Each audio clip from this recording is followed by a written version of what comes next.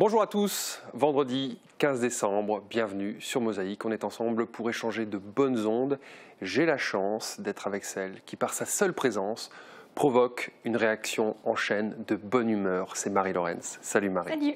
Et en plus, tu nous offres des cadeaux qui nous sont proposés par les partenaires du jeu de Noël. Et oui, comme chaque jour, on vous offre un cadeau surprise. Mais avant de découvrir le lot du jour, je vous propose de regarder la vidéo qu'il fallait partager sur notre page Facebook pour participer au tirage au sort.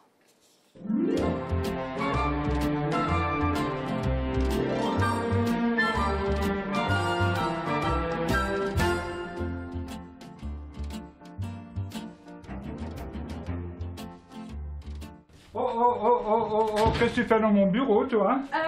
Il me manque encore un cadeau pour les téléspectateurs. Surprise! Ah, super!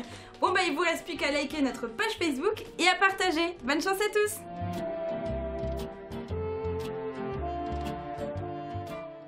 Ça y est, c'est le moment maintenant de dévoiler le cadeau du jour qui se cache derrière ce paquet.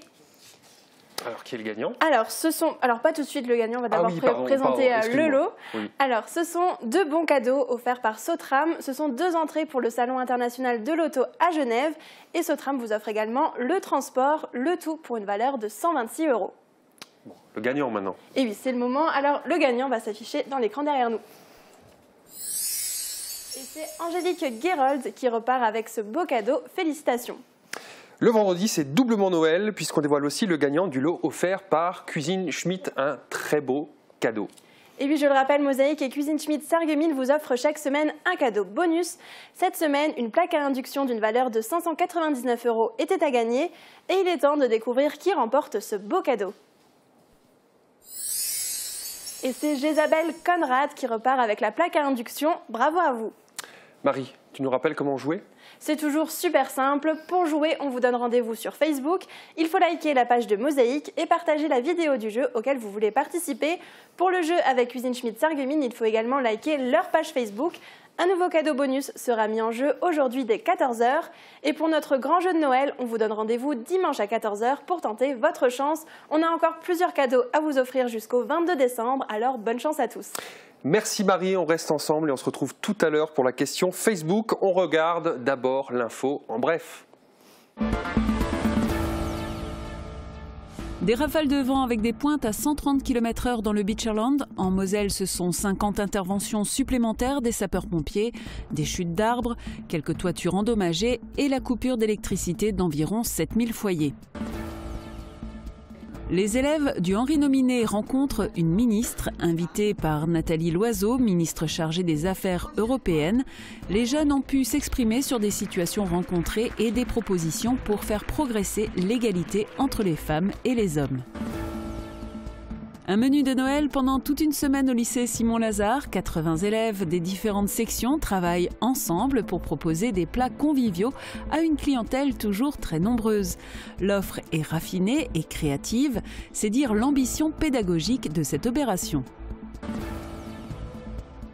À Sarreguemines, les collèges ont déjà leur chorale. Le ministre de l'Éducation voudrait qu'elle devienne une option pour tous les collégiens. Peut-être s'est-il inspiré de l'initiative menée au Himmelsberg, au Jean Jaurès et au Fulrad. Le chant choral est plébiscité. Cette année, 95 élèves y sont inscrits. La Légion d'honneur pour la présidente de l'université franco-allemande. La célébration des 20 ans de l'établissement a été l'occasion pour l'ambassadrice de France de décerner la Légion d'honneur à la présidente, Patricia Osterstierl, qualifiée de présidente de rêve. À noter la présence de Stéphane Toscani, ministre des Finances, des Affaires européennes et de la Justice de la Sarre. Nous ne chanterons pas la chanson d'Adamo, nous ne chanterons pas Tombe la neige, nous chanterons Sous la pluie pour changer. Voici les prévisions de Météo France pour demain. Avec le Crédit Mutuel, partenaire des grands événements sportifs.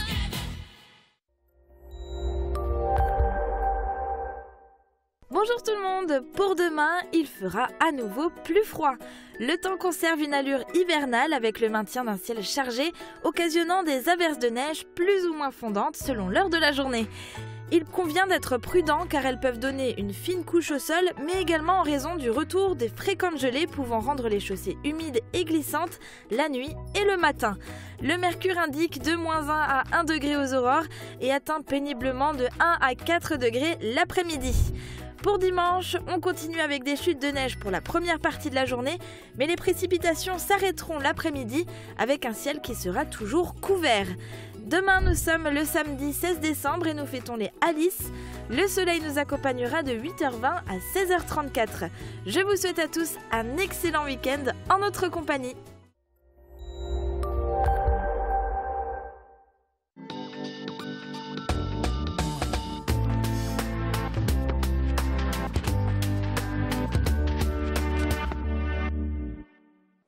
Que compterait Rabelais en voyant nos tables de fête de fin d'année? Quelle chronique suivrait le dîner de Noël du lycée Simon-Lazare avec ses 200 convives le 20 février prochain? Dans le reportage à suivre, Uranie Tossic nous met l'eau à la bouche en promenant sa caméra au plus près dans les cuisines. Les lycéens préparent les menus de fête. Tout y est, produits de qualité, techniques plus élaborées, toujours sous l'œil des formateurs. Regardez. Les derniers préparatifs sont en cours, les dernières consignes sont données, car les clients ne vont plus tarder à arriver. Depuis lundi et pendant toute la semaine, le lycée Simon-Lazare propose un menu unique chaque jour sur le thème de Noël. Ce sont près de 80 élèves des sections hôtelière, boulangerie-pâtisserie ou encore chocolaterie-confiserie qui travaillent ensemble pour y arriver. Une véritable ambition pédagogique avec des travaux pratiques plus compliqués pour un enseignement diversifié. Utilisation des produits nobles, des produits exotiques, donc faire des choses qu'on n'a pas l'habitude de faire avec les élèves. Voilà, on travaille des produits un petit peu sucrés-salés, on est dans les traditions de Noël, l'utilisation du vin chaud, de la gélification. Foie gras mariné au vin chaud en entrée, filet de biche à la réglisse et choux rouges en plat principal et une assiette de Noël bien garnie pour terminer le repas. L'objectif est de proposer des plats conviviaux tout en satisfaisant la clientèle toujours très nombreuse. Et tout est une question d'organisation. En salle comme en cuisine, les tâches sont réparties et les élèves ont même la chance de pouvoir tester de nouvelles techniques culinaires. Surtout au niveau des cuissons, les cuissons basse température. On a fait ça surtout pour la biche pour qu'elle soit vraiment saignante, qu'elle soit à point, qu'on ait la bonne température. Et c'est ça en fait, comme ça elle est vraiment bien tendre, bien juteuse, elle fond en bouche et c'est ça qui est génial. Depuis que je suis là, ça fait maintenant 2 ans et à chaque TP j'apprends de nouvelles choses. Non, là on a plus de travail, du coup on va plus vite. Je trouve que ça nous forme déjà plus à faire le coup de feu et tout ça pour nos stages et même notre vie professionnelle qui va arriver assez vite. Petite originalité, les élèves en salle effectuent le flambage de crevettes au cognac devant les clients. Une animation importante dans leur cursus où, encore une fois, il faut porter attention aux détails. Ce qui est une démarche courageuse pour nos élèves, à laquelle les enseignants tiennent beaucoup, et nous aussi, parce que ça leur permet de dépasser leurs gestes habituels et automatiques dans le cadre du service. Il s'agit donc d'un vrai travail collectif pour préparer, servir et accueillir chaque client. Bien sûr, l'intervention des élèves se fait par niveau pour une meilleure progression, car avant d'être créatif en cuisine, mieux vaut avoir de solides connaissances. Comment faire de l'enseignement européen une référence qui sera l'université de demain? Durant 2 jours, des enseignants-chercheurs français et allemands scrutent à la loupe l'université franco-allemande de Saarbrück. Cette université est pionnière dans ce domaine, 20 ans qu'elle développe des modèles de coopération transfrontalière, des cursus universitaires et du soutien à la recherche. Elle compte 6500 étudiants et 183 cursus bi- ou trinationaux. L'université franco-allemande tient son congrès en ce moment. Marie Luff s'y est intéressée. L'université de demain sera-t-elle européenne? Ici, tous en sont convaincus. 200 personnes participent au congrès de l'université franco-allemande, l'UFA. Ils sont enseignants-chercheurs et travaillent au sein d'institutions françaises ou allemandes. Pourquoi Saarbrück? Parce que la ville est au cœur de l'Europe et le siège administratif de l'UFA. Depuis 20 ans, l'université met en relation des établissements français et allemands avec des cursus complémentaires sur les 2 territoires. En Allemagne, on pose beaucoup de questions, les étudiants posent beaucoup de questions, alors ils apprennent à réfléchir. En France, par contre, ils apprennent à connaître, ils ont un savoir. Et il faut mélanger les deux, je crois. Et dans les cursus franco-allemands, c'est toujours la même chose. Les étudiants français, quand ils arrivent en Allemagne, ils se disent « mais c'est étrange, toutes ces questions que les étudiants posent aux professeurs, ça se fait pas ». Alors qu'en Allemagne, c'est normal de le faire. En France, par contre, les professeurs se vexent parce qu'ils disent « ces Allemands, ils n'arrêtent pas de poser des questions alors que je fais mon cours ». Les étudiants qui bénéficient de ce réseau, actuellement 6500, sont opérationnels pour le marché international, car ils ont l'expérience de la mobilité, l'ouverture d'esprit et maîtrise de langues ou plus. Les congressistes étudient le modèle de l'UFA et veulent s'en inspirer pour construire une université européenne. En septembre dernier, Emmanuel Macron a présenté à la Sorbonne à Paris sa vision de l'Europe et plusieurs axes de travail. Ici, à Sarrebruck, sa cote de popularité est au maximum. Je crois que ce qui explique le succès du président, c'est d'abord le très fort intérêt personnel qu'il a et la compréhension intime qu'il a de l'Allemagne et de sa culture. Et son approche européenne, elle n'a pas de succès qu'en Allemagne, mais je crois ailleurs aussi, précisément parce qu'il a pour la première fois le courage de dire que cette diversité, elle n'est pas source d'obstacles pour arriver à quelque chose qui serait un produit européen. Au contraire, il dit l'Europe, c'est la somme de ces diversités et il ne faut surtout pas les anéantir. D'ailleurs, l'UFA signe aujourd'hui avec les représentants des ministères français et allemands, ainsi qu'avec les Länder, un contrat d'objectifs. Les premiers bénéficiaires seront les étudiants, car la bourse de mobilité leur permettra d'étudier en Europe. 300 € par mois pour découvrir un autre mode de vie, un autre système éducatif et une autre langue. La présidente de l'UFA n'a plus besoin d'être convaincue.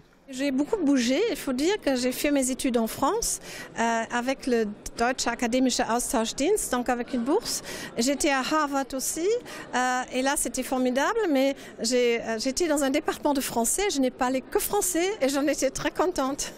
Faire de l'université européenne une référence, c'est l'objectif de ces pro-européens qui se retrouvent pendant 2 jours au château de Sarrebruck pour étudier et améliorer la coopération transfrontalière en matière d'enseignement supérieur.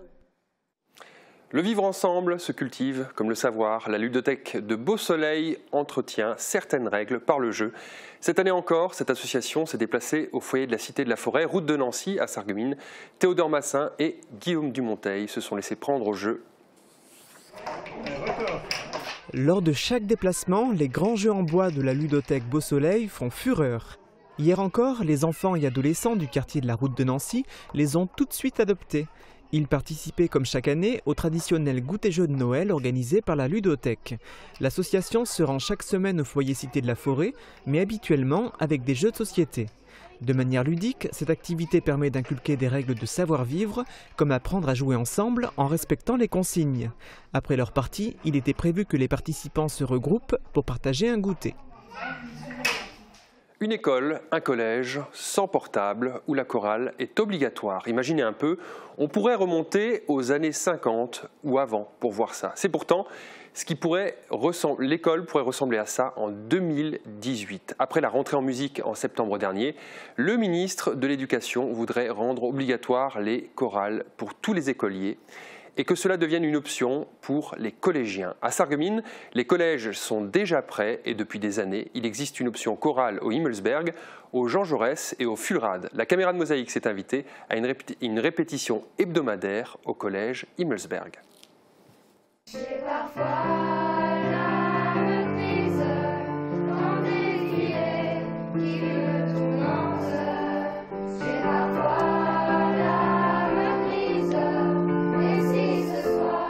Ici, on n'a pas attendu des directives nationales pour se mettre à chanter.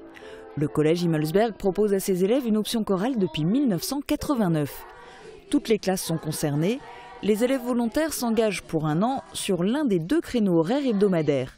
Et l'option est plébiscitée. Cette année, ils sont 95 inscrits. Il y a une tradition, il y a le bouche à oreille qui fonctionne d'année en année. J'ai effectivement des élèves qui sont vraiment très impliqués, reviennent une année sur l'autre.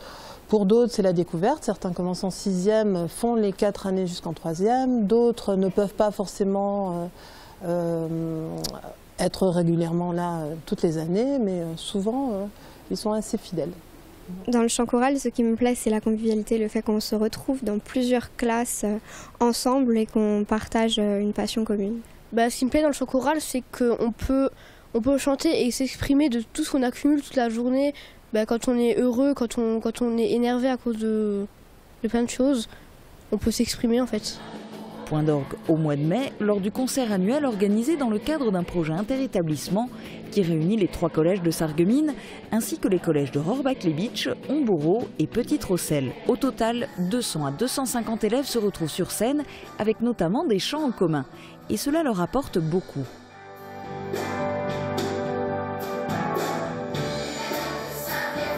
Il y a tout l'apport interdisciplinaire, c'est-à-dire s'impliquer dans un projet, ce qui est très important. S'impliquer dans un projet qui est un projet collectif, donc on n'est pas seul, donc il n'y a pas d'échec, ça c'est très important.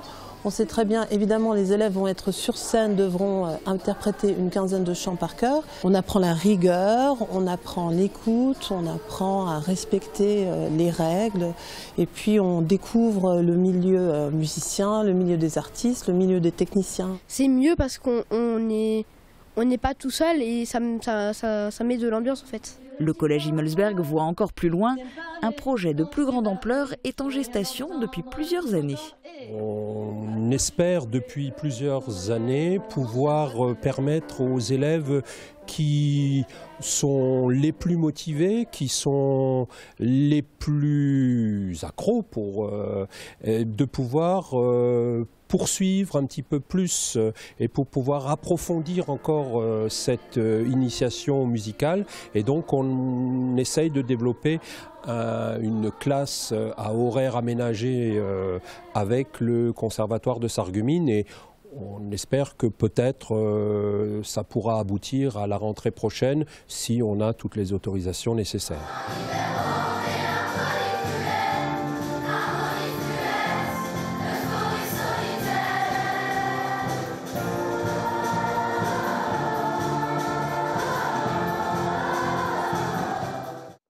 Le chant choral à l'école, c'est aussi le thème de notre question Facebook. Le ministre de l'Éducation nationale, Jean-Michel Blanquer, souhaite rendre la chorale obligatoire pour tous les élèves du CP au CM2. Le chant serait ensuite optionnel pour les collégiens qui pourraient présenter l'option au brevet. Que pensez-vous de cette proposition? Répondez-nous dans les commentaires. Alors Marie, la chorale à l'école, qu'en pensent nos internautes? Alors pour eux, avoir une chorale à l'école, c'est une bonne chose, mais c'est le côté obligatoire qui leur pose problème, comme René qui nous écrit « Rendre obligatoire une chorale à l'école est absurde, le chant doit rester un plaisir et non une contrainte. » Et c'est justement le cas des enfants de Michel.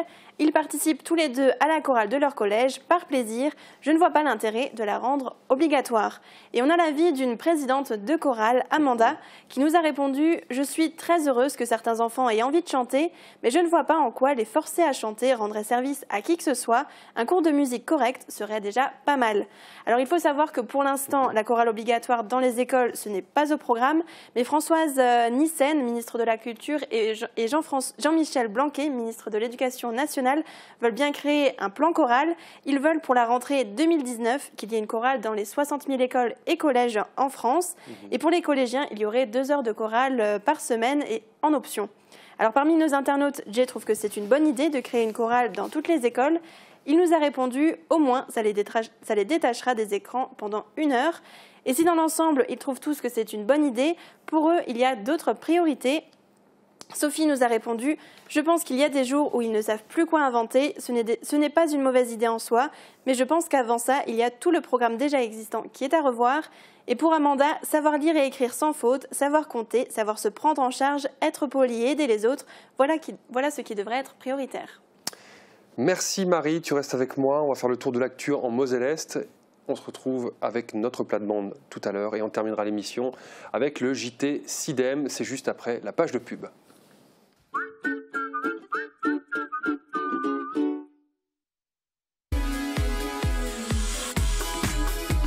Chez Cuisine Schmitt à Sarreguemines, la liquidation, c'est maintenant.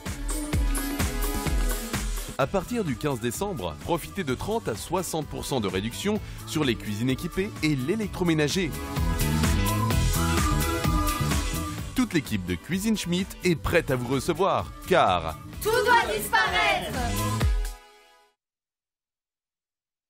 Le restaurant Le Victoria met un nouvel atout sur sa carte. Retrouver les produits de chez nous, faits par nos éleveurs. Les clients, amateurs de viande raffinée, pourront y déguster de purs produits du terroir. C'était un cochon qui était en voie de disparition et c'est devenu aujourd'hui une exception. C'est le top dans le cochon. Ils sont élevés et nourris au grain, fabriqués sur la ferme. Le bar-restaurant Le Victoria à Vitrin, une escale incontournable pour bien manger, se détendre, se dépayser. Eva ? Salut Zoé. Mais qu'est-ce que tu fais là? Je cherche un cadeau de Noël pour papa. L'esprit de Noël, le vrai, l'authentique, c'est celui que partage l'Union des commerçants de Sarreguemines. Jusqu'au 24 décembre, jouez avec nous et gagnez 150 places de cinéma, 1000 entrées à la patinoire et 5 week-ends romantiques pour 2 personnes. Pour les commerçants du centre-ville, c'est toujours un plaisir d'offrir. 50 ans de savoir-faire. Café, thé, chocolat, épicerie fine, votre boutique Gürtner vous propose de découvrir sa gamme de saveurs. Entourée des plus grandes marques, Mariage Frères et Daman en thé, Godiva et Neuhaus en chocolat, et Diar en épicerie fine, Alessi, Sia, Bodum en objets déco et cadeaux. Et bien sûr, ces cafés fraîchement torréfiés. Votre boutique Gürtner compose pour vous de magnifiques paniers garnis à offrir ou à s'offrir. Gürtner, marchand de saveurs depuis 50 ans, à Sarreguemines et Forbach.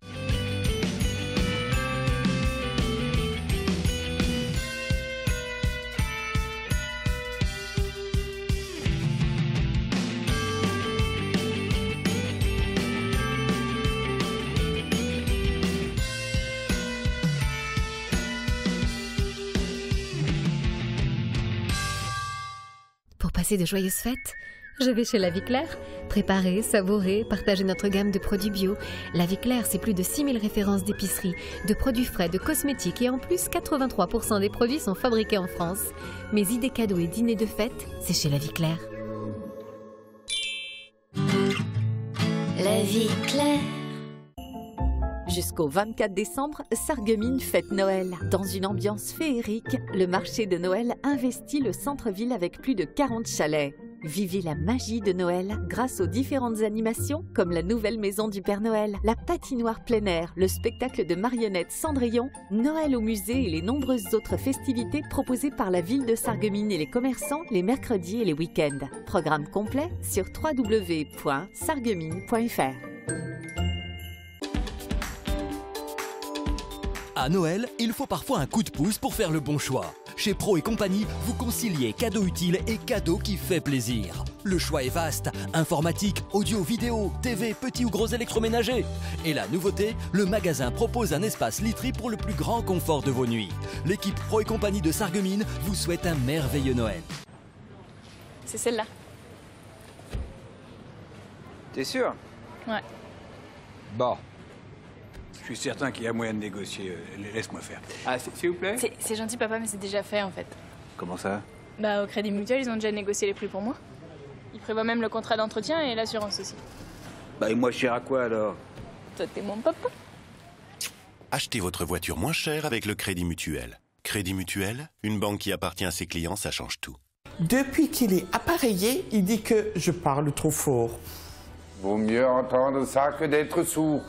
Oui, et dis-moi, Isabelle... Plus rien ne vous échappe avec la passion de l'audition.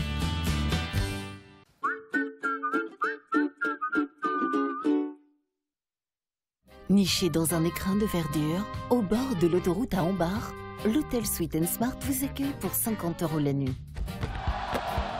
Sweet & Smart soutient à fond le SFC. Fort de ses 70 agences et de ses 6000 intérimaires par jour, DLSI soutient le SFC en championnat. DLSI, l'énergie de vos emplois et de vos footballeurs. La première partie du championnat de National 3 se termine. Le SFC a rendez-vous dimanche à Pagny-sur-Moselle. Dernière occasion pour les Bleus de Sébastien Meyer de marquer des points avant la trêve hivernale. Votre rendez-vous sportif, c'est dimanche à 14h30 en direct sur Mosaïque. Miss Lorraine veut un soutien massif. Miss Lorraine, c'est Chloé Cirelli. Elle participe ce samedi à l'élection de Miss France, diffusée en direct à 20h55 sur TF1. Elle nous adresse un message. Samedi a lieu l'élection de Miss France où je vais représenter la Lorraine.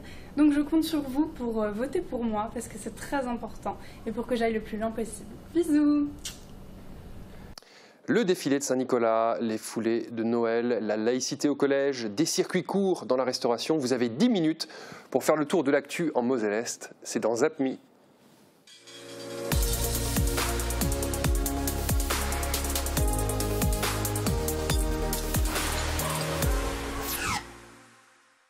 Un geste citoyen réalisé ce même jour par une trentaine d'autres donneurs.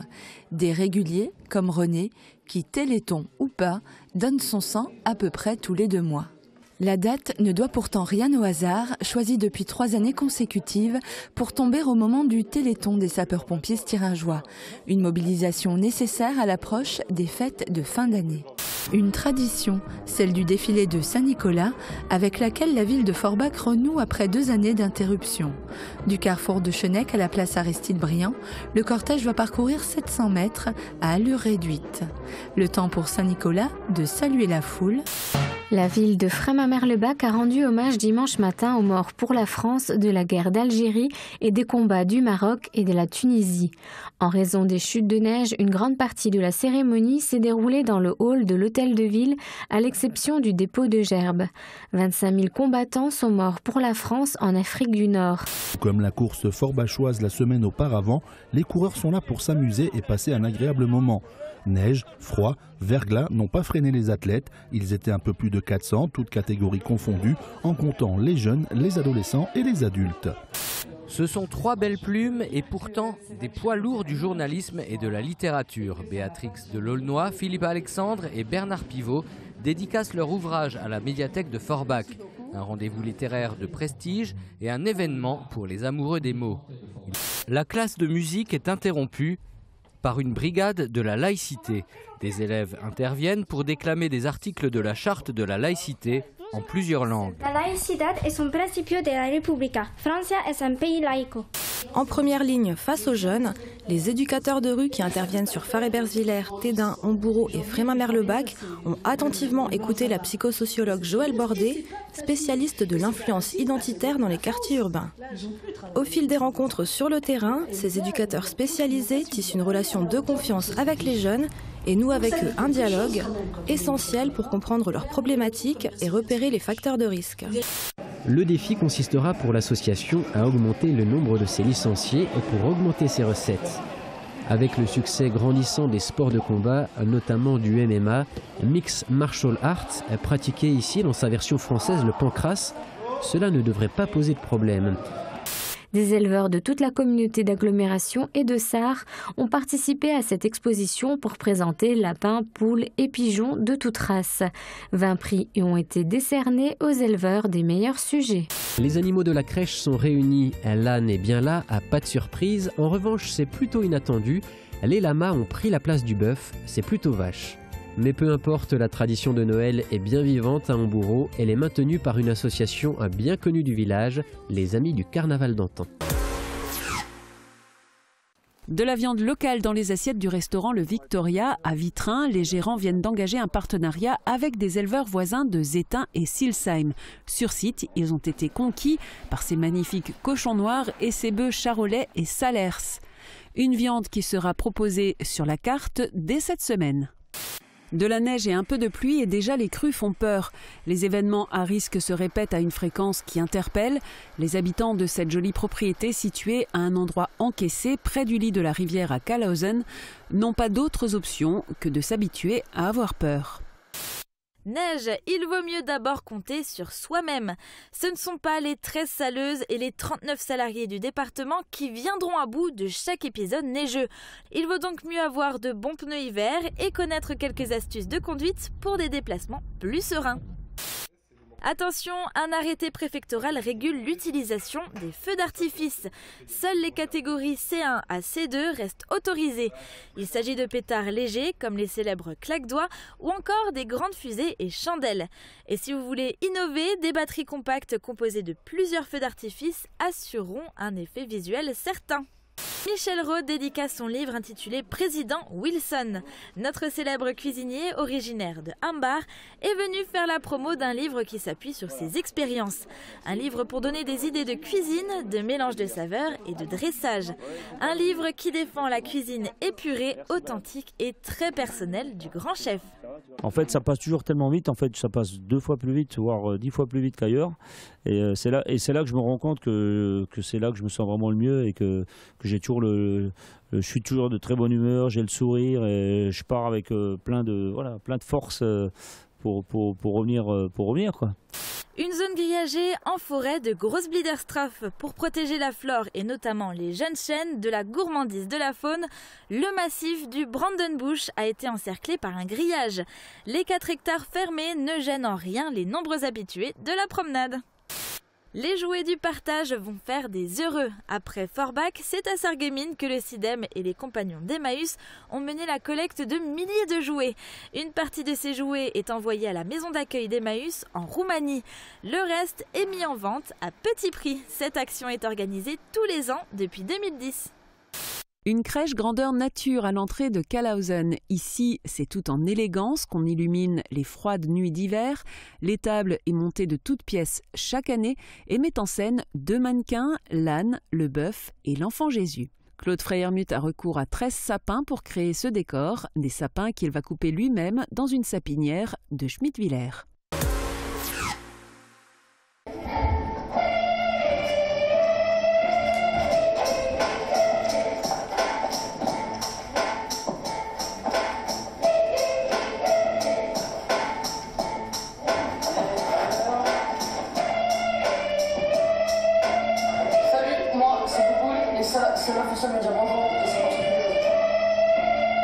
C'est comme ça, tous les jours, une bousculade, une petite moquerie. À première vue, rien d'inquiétant, mais la répétition de ces actes d'un groupe de personnes sur une autre personne a un nom, le harcèlement.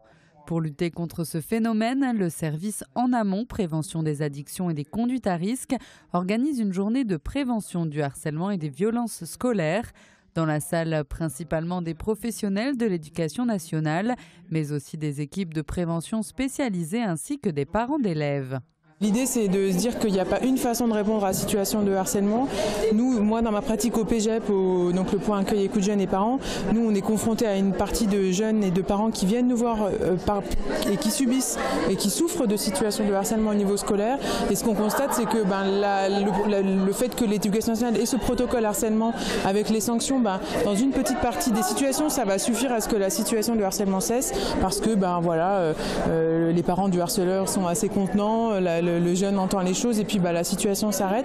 Mais il y a toute une autre partie des situations où finalement le harcèlement se renforce, devient moins visible et on a des fois l'épuisement de la communauté scolaire qui à la fin de l'année finit par parfois dire au harceleur, au harcelé, peut-être qu'il cherche un peu, peut-être qu'on n'a pas vraiment de preuves et du coup c'est une deuxième souffrance pour la personne harcelée. Donc l'idée c'est de se dire il y a peut-être d'autres outils. Parmi les nouveaux outils mis en place dernièrement dans les établissements, la méthode PICAS. Elle consiste en une série d'entretiens individuels avec les élèves ayant pris part au harcèlement et au cours desquels on recherche avec eux ce qu'ils pourraient eux-mêmes mettre en œuvre pour que le harcèlement cesse. Cette méthode apparaît comme l'une des plus efficaces. Ce sont des méthodes qui ont vraiment fait leur preuve dans les pays nordiques, avec les chiffres à l'appui, où on montre effectivement qu'il y a nettement moins de répétition du phénomène en utilisant ces méthodes. C'est vrai que dans les établissements scolaires, quand on en parle, c'est encore très surprenant parce qu'il y a des habitudes de sanctions et c'est très différent des pratiques actuelles. Avec les années, le harcèlement scolaire a évolué. Avec le cyberharcèlement, les victimes sont harcelées 24 heures sur 24. Face aux nouvelles technologies et aux réseaux sociaux, les adultes sont bien souvent démunis. C'est vrai qu'au niveau des réseaux sociaux, ça va extrêmement vite, tout progresse très très vite. Les élèves, les enfants sont bien plus performants que nous à ce niveau-là, donc il faut qu'on essaye de suivre derrière pour justement pas perdre le fil.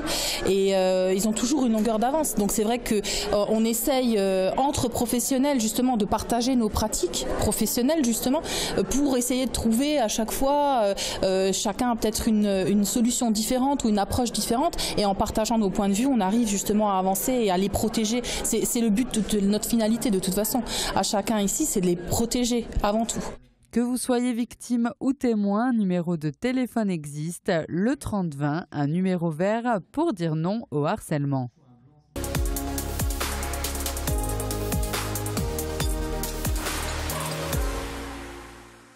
Que faire l'hiver quand il neige et qu'on a du temps à perdre? On se balade, on cuisine, on se blottit au chaud en mangeant des mandarines. De joyeux lurons de plate-bande ont leurs idées. Regardez.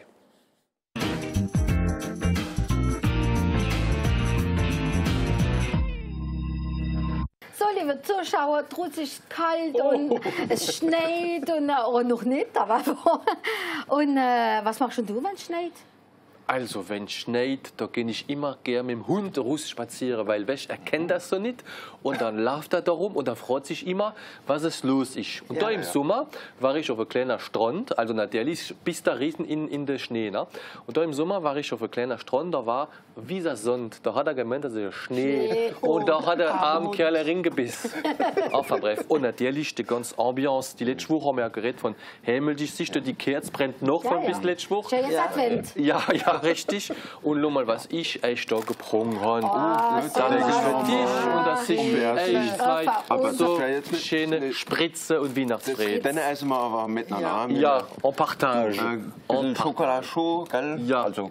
Aber in der Bäckerei sieht man schon viel so Pakete jetzt, gell? Ja. Und aber die haben aber eine Epidemie, gell? Aber Epidemie? Ja, Epidemie. Aber es trifft nur die Männer über 40. Aber? Ja, bei den Bäckern, gell? Ja. Und das heißt, das Bäcker-Syndrom. Was ist denn das? Ja, aber die Push-Nicht-Bäcker sind von so, gell? Ja. Der Brioche wird immer dicker und die Baguette wird immer kleiner. Oh, lecker. Über 50. Jetzt habe ich schon Angst gekriegt, ja? Wegen dem essen Sebastian lieber Lebkuchen. Aber ist ja noch nicht 50, Sebastian Bertrand. Lang nicht, Bertrand, lang nicht. Wenn sie gegen Weihnachten gehen, machen dann da wie die Frauen so, da haben Dekoration, müssen dann da Girlande aufhängen. Das heißt mir helfen. Ja. Ich springe den Karton und der Rest wird gemacht. Und der Rest wird gemacht. Ja, ich helfe immer den Karton hochtragen vom Keller. Ja, bei mir ist ein Speicher, da muss er runtergetragen. Voilà. Und wie ist es bei euch? Also bei uns ist es so, wir stellen den Christbaum weg mit so einer Dekoration und holen ihn. Im Bitschland, wir sind da. Nein, es ist ein Witz. Einmal habe ich es gemacht, weil ich mal eine Tele-Sendung gebracht und dann habe ich da so künstliche Baum gekauft. Mensch, meine Kinder, die waren gar nicht froh. Ich musste das Ding abschlagen und eine richtige Weihe in Reichwille da unten bei uns im Tal, da sind ja Christbäume drauf und wieder. Und das schmeckt so gut. Machst du auch so Weihnachtsgebäck? Weihnachtsgebäck machen wir nicht mehr. Voilà. Und du holst dann den Metallladen mit, den Blechladen? Unbedingt. Und machst sie voll. Unbedingt in der Laden. So Überall selber. Überall selber. Aber was wir auch noch machen, wenn wir wollen, dass gut nach Weihnachten schmeckt, können auf die Heizung die bei Wasser stellen und Zwiebeln drin machen und so Vanillestern da und Orange, Stückel Orange. Und dann schmeckt es im ganzen Haus gut. Das stelle ich auf den Kachelofen am besten. So orange Schälde. Die mache ich auf den Kachelofen. Das schmeckt noch da. Ja, das druckt so langsam. Wir haben auch Kachelofen, weil in Deutschland da brennen wir noch viel Holz. Du Philomen und Albert haben auch da gehockt am Abend, gerne am Weihnachtsabend. Gemütlich? Ja, gemütlich. Und dann sagt ich immer das Philomen zum Albert. Kennst du die Differenz zwischen Meer und Jesuskind? Sagt der Albert, nee, was ist denn da für Differenz? Das Jesuskind hat nur gebraucht, eine Nacht mit dem Esel zu schlafen. Die Schaffer. Also, ich weiß nicht, wie Sie sagen, mir nicht, da verläuft ja der Schnee als ganz frei. Ich mache daheim als Foto, weil die lachen mich aus, wenn ich mal jetzt auf die Erde komme und sage, bei mir liegt Schnee. Und da war mal ein Belgier gewesen, der war in der Berge und dann meint, dass ich bei den Kumpel sagte, Evelina, die habe ich gut geredet in der Berge. Ich habe den Remontpont bezahlt, aber Rhone sind nicht gratuit gefahren. Da war gescheit da. Da war auch eine Blondine, die am White gehört am Radio. Oh, heute haben sie 10 cm Schnee gemeldet. Dann kommen die Schassnächte durch, aus die gut können schaffen. Und dann machen die Auto all auf der Linksseite von der Straße, gell? Na ja, sie dummelt sich, zieht sich schnell an und macht das Auto auf der Linksseite. Am anderen da 15 cm sind angemeldet und dann sagt er wieder am Radio da, und dann sagt er, hey, für 15 cm, dann machen die Auto all auf die Rechtsseite. für jede Schassnäge. Sie tummelt sich wieder, sieht sich schneller und macht das Auto ans Platz, gell, auf der rechten Seite. Dritte da, heute kommen 20 cm Nähe. Und über einmal hört sie nichts mehr. Ist Störung, gell, im Radio, wie soll es so passiert? Und dann sagt sie so, oh leck, jetzt weiß ich gar nicht, was ich soll machen. Schon nicht, wo soll ich jetzt das Auto anstellen? Dann sagt sie, na Mann, Lutz an, was war Blondine, gell? So, Lutz an, und sagt er, oh weißt du was, Schatz, heute lass das Auto mal im Garage. Ja, es war noch eine Blondine, die war in den Bergen und da meldet es doch immer den Schnee. Da sind sie, Meige, 15 cm Schnee weg. Alpe d'Huez, 20 cm Schnee weg. Miribel, 30 cm Schnee hart. Dann geht sie an die Rezeption und sagt sie, ich würde gerne die Adresse von dem Monsieur Miribel. Ich darf ja, ich bin ja blond, ich kann auch So, dann bist du hier mal jetzt. Susanne, wir wünschen noch den Zuschauern frohe Weihnachten. Frohe Weihnachten. Frohe Weihnachten. Kling, mal da. Kling, Und wir hören uns, sehen wir uns wieder nächstes Jahr. Also wir machen jetzt eine kleine Pause und wir sind wieder da Anfang Januar. Also guter Rutsch und bis bald. Pour terminer cette émission, on retrouve Nadia Sanfilippo pour le JT du CIDEM. Elle revient sur la semaine européenne de réduction des déchets et nous propose un tuto pour faire sa lessive soi-même. Excellente fin de programme et bonne journée à tous.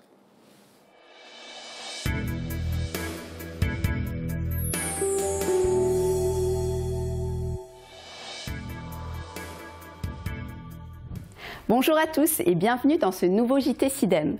Dans ce 8e numéro, il sera question de fêtes, de collecte, mais aussi de préparation fête maison. On regarde le sommaire. En novembre dernier, c'était la semaine de réduction des déchets.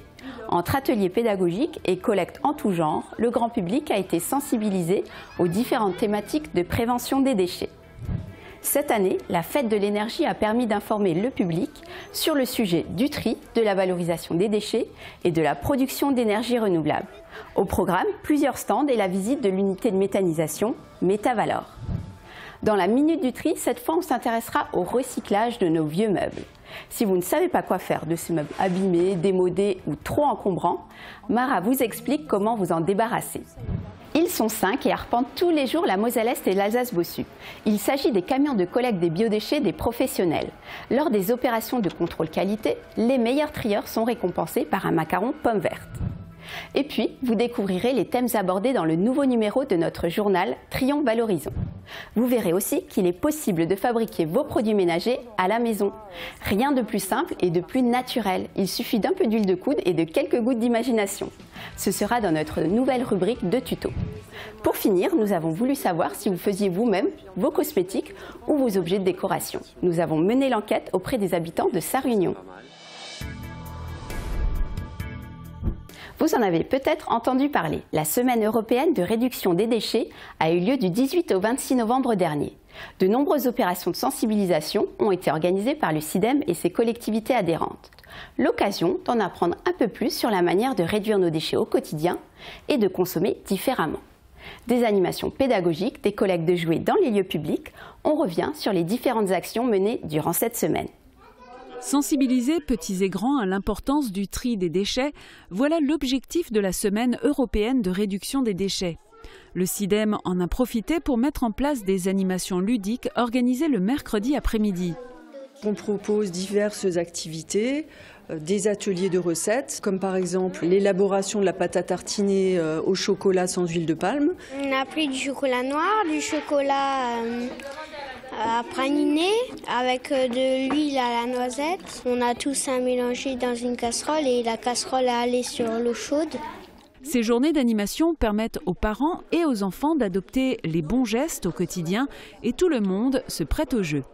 On en apprend toujours, même quand on a quelques années de plus, j'ai quand même encore appris des petites choses. Quand j'irai faire les courses avec ma mère, je lui dirai de prendre les bons emballages, pas les mauvais. Les activités permettent notamment au CIDEM de faire découvrir au grand public son centre transfrontalier d'éducation à l'environnement. Je pense que clairement l'animation va créer des déclics. Il y avait déjà une compréhension, on va dire, sur certaines choses, mais je pense qu'aujourd'hui, le fait d'avoir fait cet atelier très ludique, ça va ancrer des choses en eux. Et à l'occasion de cette semaine de réduction des déchets, des collectes de jouets usagés sont organisées sur le territoire d'intervention du SIDEM. En tout, 3,6 tonnes de jouets en tout genre ont été récoltés. Ils seront redistribués par l'association Emmaüs pour leur donner une seconde vie. C'est important de proposer aux familles des ateliers dans ce sens pour apprendre à réduire leurs déchets, consommer de manière plus éco-responsable, faire des achats plus intelligents qui ont moins d'impact sur notre environnement et notre santé. Consommer et acheter autrement sont les maîtres mots de la journée et le verdict est unanime. Je préfère le chocolat du SIDEM que des autres magasins parce que c'est bon, tout simplement. Autre événement marquant avec la fête de l'énergie. Cette année, la communauté d'agglomération de Forbach a été retenue par l'ADEME pour participer à la fête de l'énergie. Le SIDEM était bien évidemment sur place pour animer la journée grâce à de nombreuses activités. Une bonne occasion pour sensibiliser le public à la revalorisation de nos déchets. Regardons. Pour la première fois, le SIDEM participe à la fête de l'énergie. Objectif principal de la journée, sensibiliser le public à la question énergétique et à ses différents aspects. Et pour cela, rien de mieux que des activités ludiques. C'est aussi surtout pour faire venir les enfants. Parce que les parents ils viennent souvent avec les enfants, du coup c'est aussi pour passer du bon temps en famille et que ce soit ludique, convivial. Comme ça les parents peuvent aussi chercher l'info à droite à gauche pendant que les enfants sont occupés. Le SIDEM, acteur majeur de la revalorisation des déchets sur le secteur, a tenu à être partenaire de l'événement. Le syndicat a installé son stand au village de l'énergie, situé au musée de la mine à Petite-Rosselle. Alors sur place, sur notre stand, nous proposons beaucoup de jeux, des activités pédagogiques et des animations sur le thème des énergies renouvelables, du cycle des biodéchets, et également des consignes de tri. On a des petits quiz à proposer, la pêche aux biodéchets pour les tout petits. On veut que le grand public passe un bon moment, que les familles prennent du plaisir à découvrir nos activités.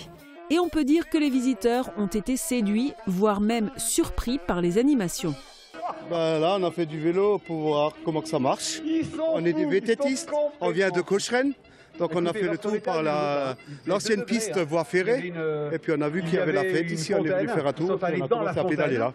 On a pu assister à une projection de films, on a pu se faire expliquer les différentes sortes de déchets, dans quel sac ils allaient, et tout ce qui a trait aux énergies renouvelables. Donc c'était très intéressant. Une super fête, bien faite pour les enfants. Mais la fête ne s'arrête pas là, elle a même été délocalisée à Métavalor où des visites ont été organisées. L'objectif de l'événement, c'est de faire découvrir au grand public et aux familles notre centre de méthanisation où sont valorisés les biodéchets. Donc de pouvoir découvrir le parcours et les installations, parce qu'on rentre dans les installations, et on finit par la visite de la serre pédagogique, qui est l'aboutissement de la valorisation des biodéchets. Une visite découverte pour mieux comprendre le rôle du SIDEM dans les initiatives énergétiques. La visite était très informative. Disons, je connais plein de domaines, mais bon, dans l'énergie, je me connais. Mais bon, ce domaine-là, je ne connais pas. Donc pour moi, c'était très, très instructif. Une ambiance festive qui a su marquer les esprits et surtout sensibiliser toutes les générations. À présent, nous retrouvons notre chroniqueuse de la Minute du Tri pour un focus sur le tri du mobilier. Et oui, désormais les meubles usagés ont un nouvel avenir. Une nouvelle filière de valorisation permet de les recycler. On retrouve maintenant Mara en plein déménagement.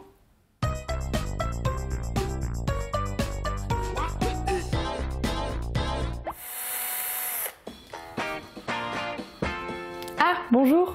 Pour cette nouvelle édition de la Minute du Tri, nouvelle déco. Désolée, mais je suis en plein déménagement. Alors je vous propose d'aborder une thématique d'actualité pour moi, celle du tri du vieux mobilier. Saviez-vous qu'aujourd'hui une filière de recyclage et de valorisation existe? On peut donner une seconde vie à tous nos meubles usagés. Ça tombe bien, j'ai une envie de renouveau.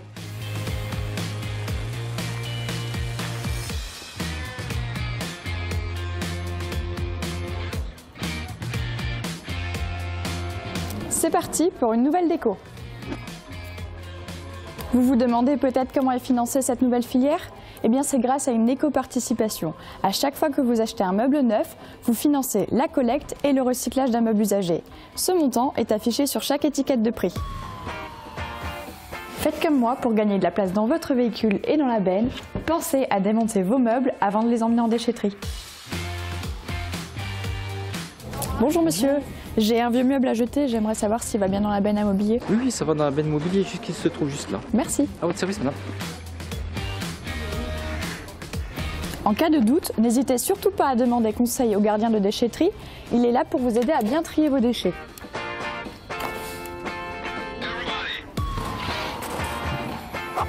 Dans cette benne, vous pouvez donc déposer tous vos vieux meubles en mélange, qu'ils soient en bois, en ferraille ou en plastique, comme les sièges, les fauteuils, les canapés, le mobilier de jardin, les sommiers, les matelas, les armoires, les bureaux ou encore les commodes, mais vous pouvez aussi déposer vos meubles de cuisine et de salle de bain. Attention, sans les vasques, les éviers ou la robinetterie.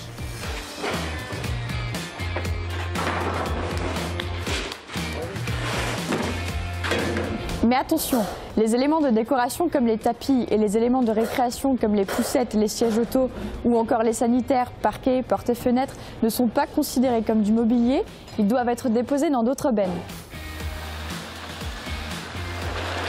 Une fois amenés au centre de traitement Citraval à Bétain, les meubles collectés sur le territoire seront triés par matière, le plastique, le bois et la ferraille. Ils sont ensuite expédiés dans des centres de traitement et de valorisation. Par exemple, les meubles en bois serviront à fabriquer des panneaux de particules et à produire des énergies. Les meubles en ferraille seront recyclés. La mousse des matelas sera utilisée pour fabriquer des panneaux isolants. Et les meubles en plastique, quant à eux, seront transformés en billes pour servir, par exemple, à fabriquer des tuyaux. Si vous aussi, vous avez envie de renouveler votre décoration intérieure, ou alors si vous avez besoin de vider un garage ou un grenier, n'hésitez plus, vous pouvez les vendre, les donner à une association comme Emmaüs, les trier en déchetterie et pourquoi pas les relooker.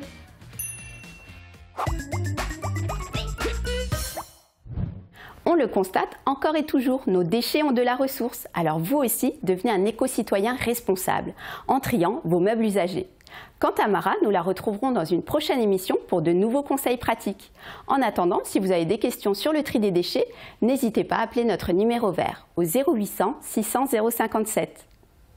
Vous les avez peut-être déjà croisés dans les rues. Chaque jour, ce sont 5 camions qui circulent dans nos villes et collectent les biodéchets des professionnels aux 4 coins du territoire d'intervention du SIDEM. Des bacs biodéchets sont mis à disposition des gros producteurs de biodéchets par le SIDEM. Pour les restaurants, les cantines des écoles, les maisons de retraite ou encore certains commerces. Une fois la collecte terminée, une vignette est remise sur les bacs des bons trieurs, une action ponctuelle qui permet de récompenser les efforts fournis. Les biodéchets sont ensuite transportés jusqu'à l'unité de méthanisation Métavalor de Morsbach. Puis ils sont traités pour être transformés, notamment en biométhane. Et oui, vous avez bien entendu, vos déchets peuvent devenir du gaz et servir de carburant.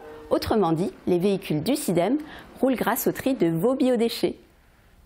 Toujours dans la thématique du tri, je vous propose de découvrir ensemble le 20e numéro de notre journal Trions, Valorisons. Parmi les thèmes abordés dans ce semestriel, l'inauguration du centre de méthanisation de Sarreguemines ou encore la valorisation du mobilier usagé. Parmi les sujets phares, il sera aussi question du concours pédagogique 2017-2018, La nature s'habille, ou encore du tri des TLC. Souvenez-vous, il s'agit des textiles, du linge de maison, des chaussures, de la maroquinerie ou encore des peluches. On a voulu savoir si vous faisiez vous-même vos produits cosmétiques ou encore vos décorations d'intérieur. Nous avons demandé aux habitants de Sarre-Union. La réponse en images dans le micro-trottoir. C'est mieux que tout ce qui est importé de Chine, avec des produits, on ne sait pas toujours en quoi c'est fait, ni tout ce qui est les ingrédients qui les composent ou les peintures qui sont toxiques. Pour des décos naturels, oui, souvent on utilise des choses de la nature pour faire des petites décos. Parce que notre planète, elle souffre. Hein. Et je veux dire, si chacun met un petit peu du sien, on arrive. Mais il faut de la bonne volonté. Et celle-là, elle manque un peu. Hein.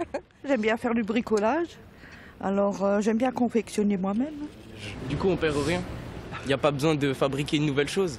Il y a plein de belles choses à réutiliser, ça évite de racheter des nouvelles choses, surtout pour Noël, là, c'est pas forcément toujours la peine de racheter des nouveaux produits, c'est pas mal, ouais. Et si on faisait des économies tout en faisant du bien à notre planète? Si, c'est possible, et vous allez voir que c'est très simple, grâce à notre nouvelle rubrique de tuto. Carole nous propose une recette magique pour faire sa lessive à la maison en quelques minutes. Je vous laisse découvrir.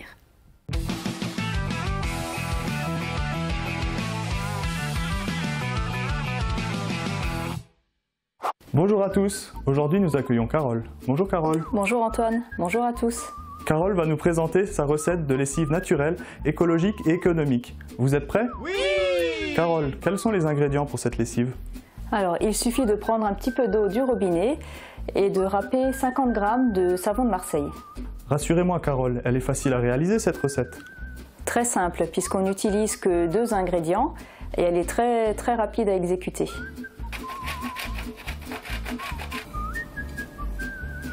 Alors, il faut faire chauffer 500 ml d'eau. Quand l'eau sera bien chaude, on rajoutera 50 g de savon de Marseille. Et il faudra bien le mélanger de manière à ce que les paillettes soient bien dissoutes.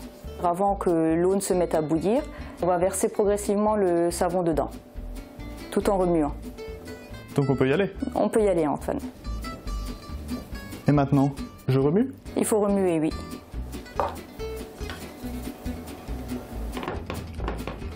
Quelle texture aura la lessive une fois qu'elle sera finie? Là, on voit qu'elle est très liquide, elle a presque la consistance de l'eau, mais après, en refroidissant, elle va s'épaissir. Et ensuite? Donc là, on peut couper le feu et on va rajouter 1 litre d'eau froide. J'utilise une spatule en bois, mais on peut également utiliser un mixeur, c'est un peu plus rapide. Lorsqu'elle aura refroidi, on pourra la transvaser dans un bidon. Alors moi j'utilise un vieux bidon de lessive que j'ai recyclé. Ah, astuce pratique et écologique. Et écologique, oui, puisque je réutilise toujours le même. C'est une lessive qui n'a pas d'odeur. On peut rajouter, pour ceux qui préfèrent avoir une lessive parfumée, quelques gouttes d'huiles essentielles. Carole, est-ce que ça revient cher de faire sa lessive soi-même? Non, pas du tout. C'est une lessive très économe puisqu'on a utilisé de l'eau du robinet et qu'on a râpé 50 g de ce savon de Marseille. Et maintenant, Antoine, on peut verser notre lessive dans le bidon. C'est parti.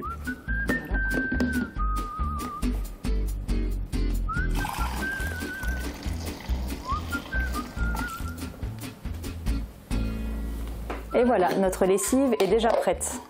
Merci beaucoup Carole pour cette recette comme on les aime, simple, écolo et économique. Il n'y a rien de mieux que le fait maison et les produits naturels. Ah oui.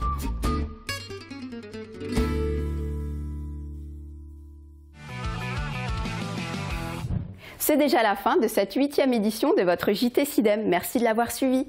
Je vous retrouve au mois de mars et nous ferons un point sur l'actualité du SIDEM.